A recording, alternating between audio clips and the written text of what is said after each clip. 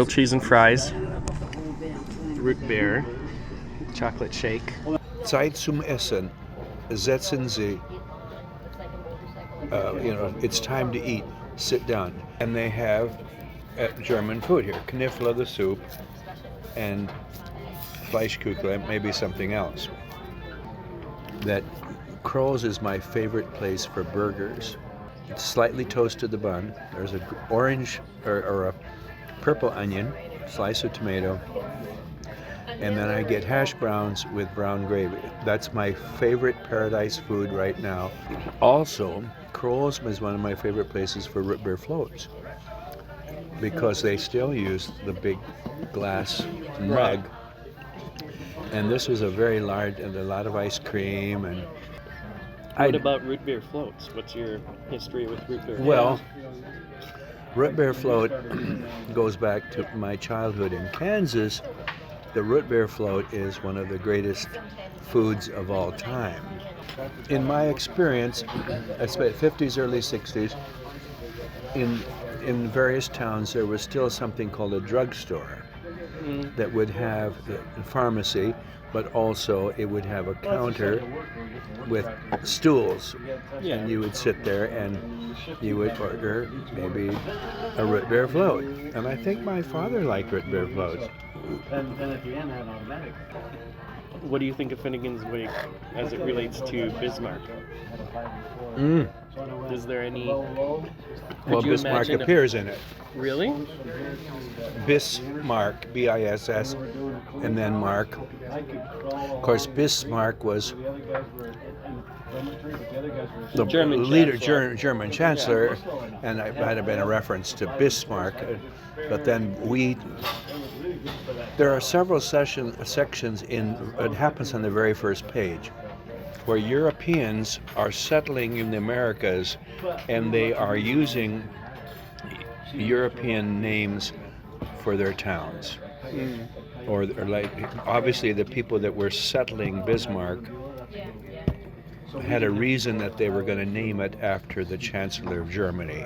That would be very weird thing to do. It was to impress the railroad company, because the owner was German. Okay, there was, so everybody wanted the railroad company to stop in their town. So everybody kind of bribed railroad companies with naming stuff. That's why Fargo's named Fargo, after Wells Fargo, the bank. Oh, the bank, okay. Because they were like, if we name ourselves Fargo, then they're more likely to give us a loan or put a railroad line through us. Okay. Well, that would be an example, though, of here. There's a new world, as people see it, in America, and as it's being settled, people are still connecting to their European roots. And that first example of it seems like, on the very first page, there is a reference to Dublin, Georgia. Dublin is a town in Georgia. It's about, I checked on Wikipedia, and I already forgot. It might have 16,000 people or something like that. Small town. And it's on the river that runs there is the Oconee, O-C-H-O-N-E-E. I think it's an Indian tribe. So Dublin, Georgia is on the Oconee River. And in Gaelic, or when Irish people get all exasperated, honey, something like that. It's a word also, but it's a Native American word too. So Bismarck's there very as early. The chancellor. Yes. The Missouri has to be there, of course. Yes. Well, there are hundreds of rivers are referred to it, and of course, we're told to take that seriously, because the first word of the whole book is river run. Right. And cities tend to be built on rivers. Minneapolis is a Mississippi River, and New York is the Hudson River. Still here. And many times, Cairo, Egypt is the Nile. And, right. So rivers and city and human civilization go very close together. Doing a half fish today. So we're told to think about that in the very first word, No soup, river no run. sides like fries at all? And so we have our Missouri River. I know there's a reference to it. I can't remember what it is, but it would be easy to turn that into misery. Remember when I was into Huck Finn? We watched first there was that series on PBS. Okay. I don't remember that, but It was like 8 hours long. But I started liking Huck on the Huck. Okay, the when Huck, I was like 7th grade. Okay, the character of Huck and okay. And I was thinking about Huck, like, as a character. Obviously, his name's from Finn McCool or whatever, probably, right?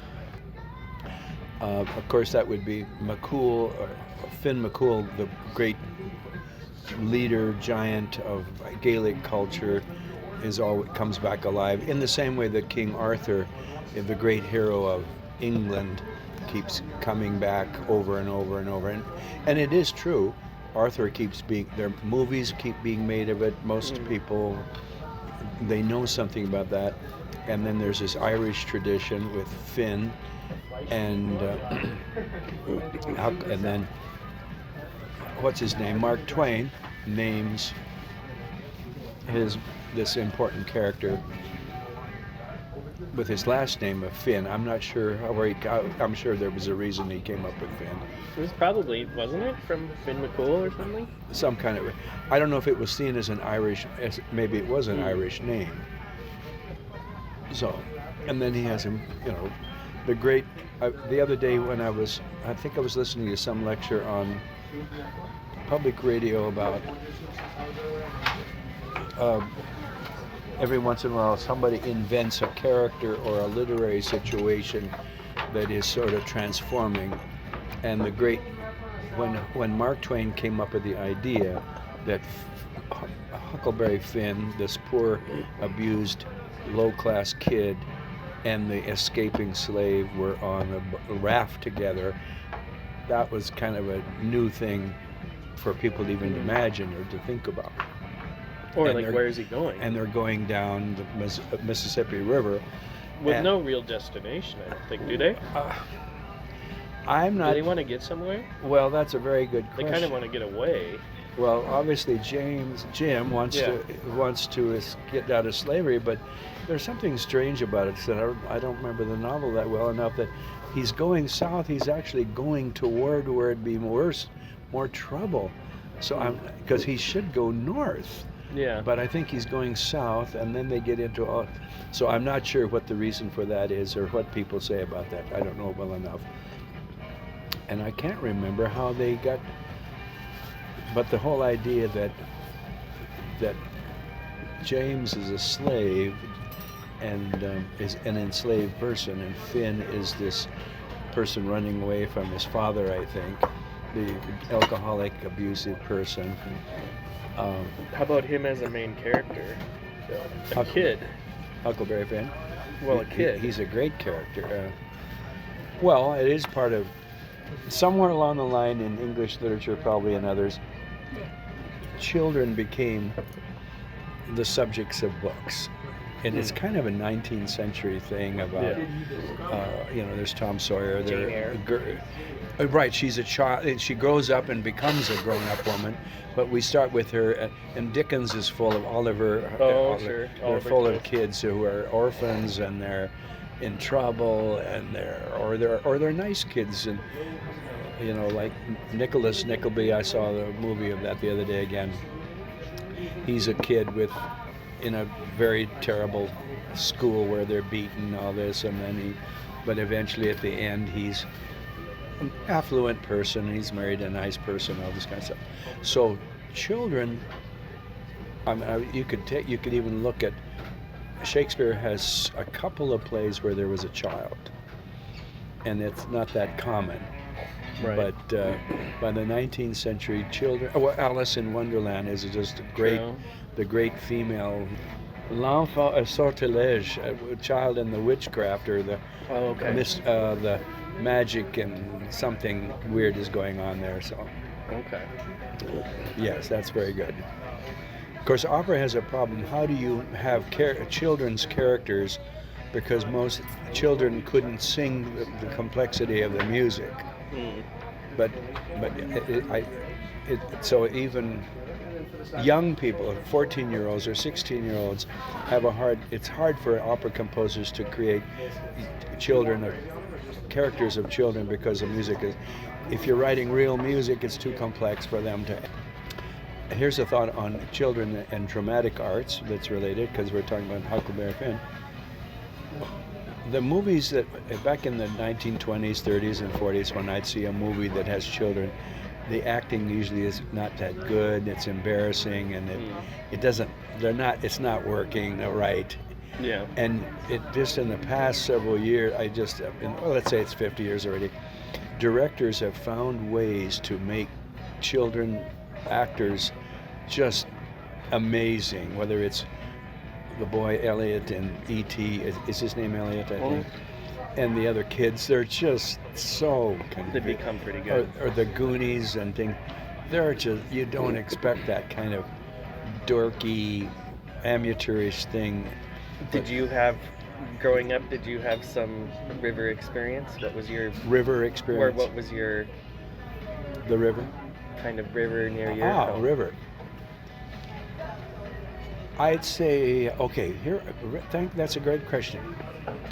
First of all, the river of our lives is the Republican River, which comes down from Nebraska, and it must be connected to the Platte River, which is kind of a famous river in Norway, in Nebraska. And of course, I think they're all extensions of Missouri. I'm not sure about that. But then there's the Republican River, which comes close, but then the river in our lives is Rose Creek, or Creek, which is just a creek. And our farm is on Rose Creek, so it's a creek that I know. Small. Yeah. Like 30 feet across, maybe, or something. Probably. Right? I mean. Yeah, that's a good amount. And then the school I went to was Rose Creek Central Grade School. So even my school was named after this creek. And my first fishing experience was on Rose Creek. No. With Uncle Michael. Probably. And his dog Spoont. Which means cork in Czech. Yeah. On Česky. What was his, he just loved fishing? Was his deal every day? Yeah, I guess so. He loved fishing. It seemed like we went every day when I was there. Yeah. Fishing off that little bridge. And he liked he wanted to take, it was obviously nice to have children along, companions. And he was free. He had a farm. He had a heart attack when he was quite young, and so he wasn't supposed to work, and so he was living off of, somebody planted his wheat, and then, or maybe he planted the wheat, but yes, he was what is called a bachelor, the only bachelor in our lives, meaning an unmarried man, because everybody, bachelors are very rare, actually. Yeah. Today we have people who are single. Would you say, I don't know, if you're 88, you'd be like, oh, I'm single? I don't know. Yeah, I see, but are they still called bachelors? But yes. I did remember one time we went there in the Fairmont. Okay. And there was a big snapping turtle when we were going over the bridge. Do you remember this? And I walked down there with Justin down the bank, and I tried to jump closer, and it was all sandy, and I sunk like a foot down, and I freaked out and tried to run up, and my I lost one of my shoes. Oh, God. Right when we got there. And you saw a big turtle. We were trying to go look at the turtle. Oh, gosh.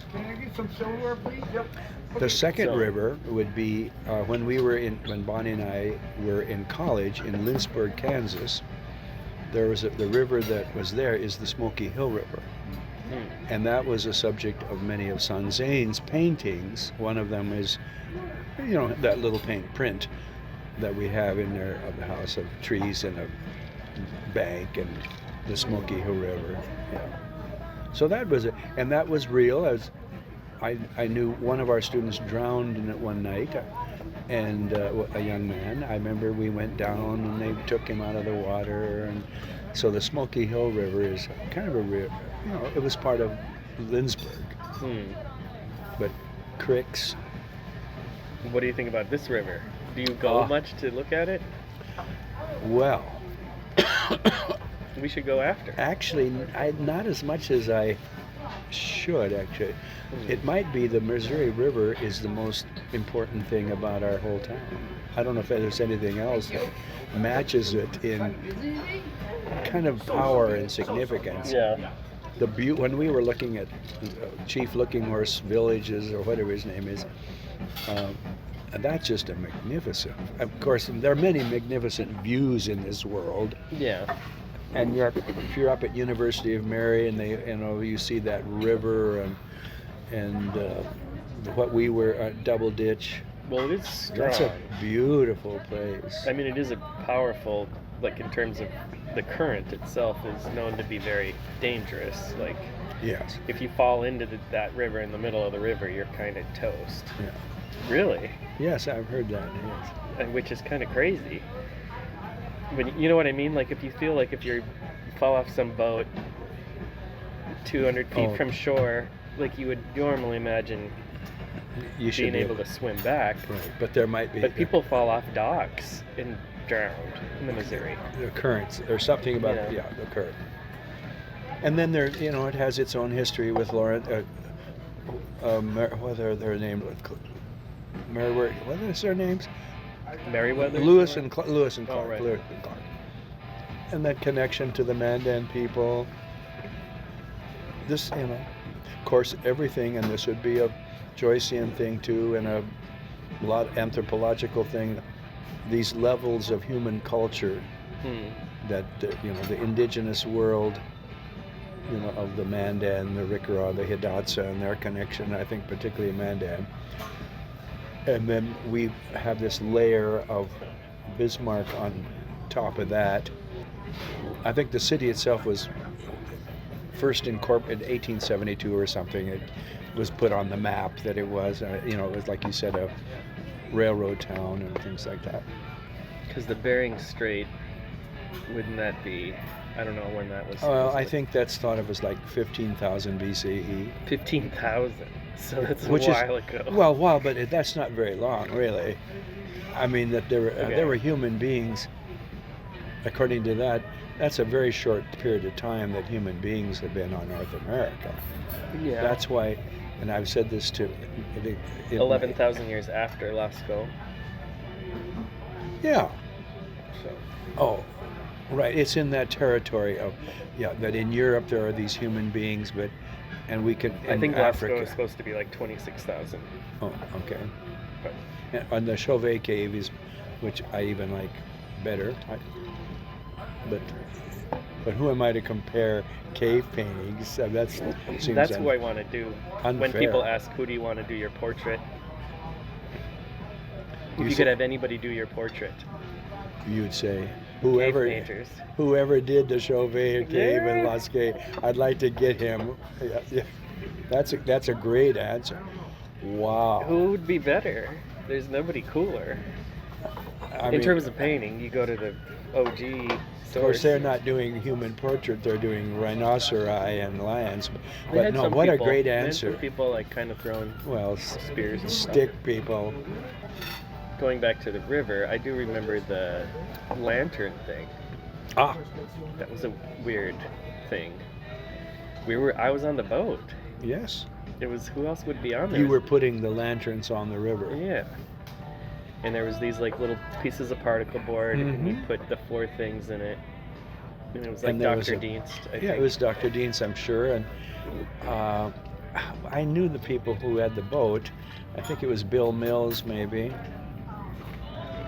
That was. How many lanterns did? There were.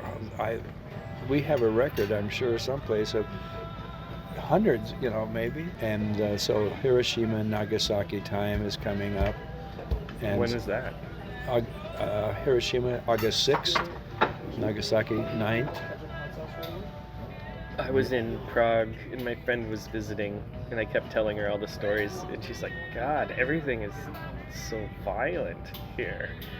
Like all the stories, when you hear about architecture or whatever, then there's some violent story almost always connected to it, or somebody gets thrown out of a building. Yeah. And we were at the beer garden looking over the Vltava River. Yes, I've heard of that. And there's this dome, kind of a big dome. And she was like, oh, that dome is pretty cool. What's that building? Do you know the dome? And it's the architect of the only standing structure, I think it was in Hiroshima. In Hiroshima. You know that dome? Yes. It's a Czech architect. So they remade the dome in Prague. Oh, okay. Well. I suppose I've seen that. Yeah. He was from this little town called Náchod, not a big city in the Czech Republic. But anyway, I was like, that's the dome of Nagasaki. Yeah. Well, you were participating in some major, and the river. I wrote the letter to the emperor down the river, while my children played in the sewer ditch. That's true. We played in that little. Where even was that? We drove in. I remember it was a place we drove into, and you would sit by the rocks and write. Okay, well, yeah, there was probably where that. I bet it's where that boat is, the Far West or whatever. Probably. That area. Because it wasn't that fancy, I think, in '83 when I was doing it, actually. And there'd be raunchy youth, people blasting AC/DC from their Trans Ams, hanging out there. It's kind of like a youth hangout spot. Yes. But now all those boats are so expensive. It was like when I was growing up, that guy's dad had a crappy little boat. Oh, that's right. I felt like nobody had a nice boat that I knew. You know what I mean? Yes. You'd get a boat for like $600 Yes. and get it in the water. But now these boats are like $40,000, and they have these bays. Yeah. You know what I mean? Like Yes. this Southport or whatever the hell it's called. Or Yes, yes. they have these dock areas to park their $50,000 pontoon.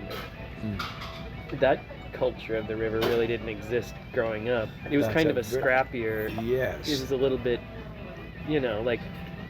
fishermen were a little bit rough around the edges back then, and making their own ice houses. And that's a very good point. Now it's kind of become like shields, and hunters are all decked out with GPS. That more affluent people, which mean people who are low income, might not feel that they're so welcome there, or they should be there. Yeah. It would be worth looking into that, yes. Rivers. That has somehow got yuppified. Yes. And those houses are huge too. Yes. They're like $1.2 million homes. Yes. So but they've gobbled it up. If we always go back to Finnegan's Wake, it all starts at River Run, past Eve and Adams. From swerve of shore to bend of bay, brings us by a commodious ficus of recirculation back to Hooth Castle and environs. HCE? HCE, that is correct. Isn't there another one along the river, Well, or something? That's the ending.